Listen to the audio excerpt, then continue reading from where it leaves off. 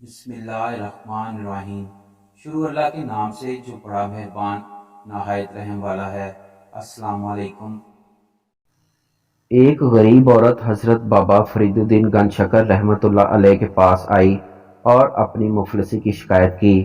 اس کی بیٹیاں شادی کی عمر کو پہنچ گئی تھیں، لیکن اس کے پاس کوئی مال و اسباب نہ تھا۔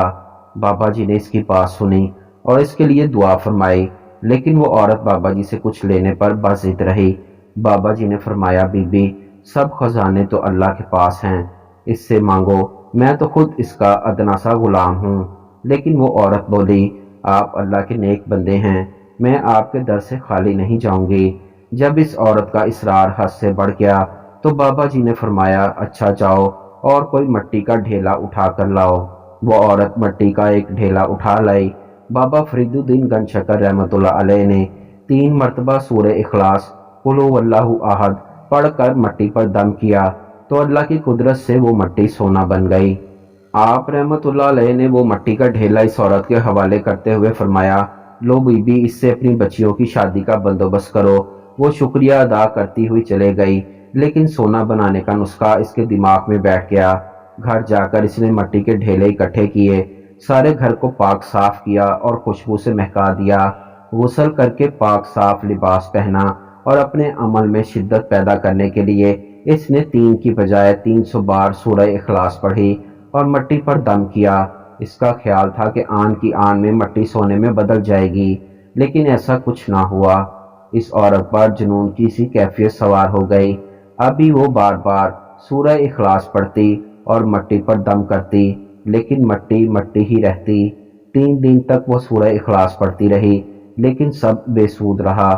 آخر وہ مٹی اٹھا کر بابا فرید رحمت اللہ علیہ کی خدمت میں حاضر ہوئی اور شکوہ کرنے کے انداز میں بولی، آپ نے نہ غسل کیا نہ تو خوشبو کا اہتمام کیا، بس 3 بار سورہ اخلاص پڑھی اور مٹی سونا بن گئی۔ بتائیں میرے عمل میں کیا کمی ہے؟ بابا فرید رحمت اللہ علیہ کی آنکھیں نم ہو گئیں۔ آپ رحمت اللہ علیہ نے سر جھکا لیا اور بھیگے ہوئے لہجے میں فرمایا، تیرے عمل میں کوئی کمی نہ تھی، بس تیرے منہ میں فرید کی زبان نہ تھی۔ بغداد کے مشہور شراب خانے کے دروازے پر دستک ہوئی۔ شراب خانے کے مالک نے نشے میں دھت ننگے پاؤں لڑکھڑاتے ہوئے دروازہ کھولا تو اس کے سامنے سادہ لباس میں ایک پروقار شخص کھڑا تھا۔ مالک نے اکتائے ہوئے لہجے میں کہا، معذرت چاہتا ہوں، سب ملازم جا چکے ہیں، یہ شراب خانہ بند کرنے کا وقت ہے، آپ کل آئیے گا۔ اس کے مالک کے پلٹتے ہی اجنبی نے اس کے کندھے پر ہاتھ رکھ کر کہا، مجھے بشر بن حارث سے ملنا ہے، اس کے لیے بہت اہم پیغام ہے۔ شراب خانے کے مالک نے چونک کر کہا، بولیے، میرا نام ہی بشر بن حارث ہے۔ اجنبی نے بڑی حیرت سے سر سے لے کر پاؤں تک سامنے لڑکھڑاتے شخص کو دیکھا اور بولا، کیا آپ ہی بشر بن حارث ہیں؟ مالک نے پھر اکتائے ہوئے لہجے میں کہا، کیوں کوئی شک ہے؟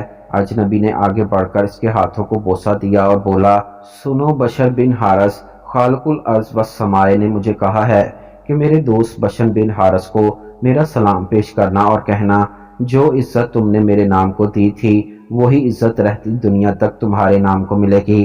اتنا سننا تھا کہ بشر بن حارث کی نگاہوں میں وہ منظر گھوم گیا جب ایک دن حسب معمول وہ نشے میں دھت چلا جا رہا تھا کہ اس کی نظر گندگی کے ڈھیر پر پڑے ایک کاغذ پر پڑی جس پر اس میں اللہ لکھا تھا۔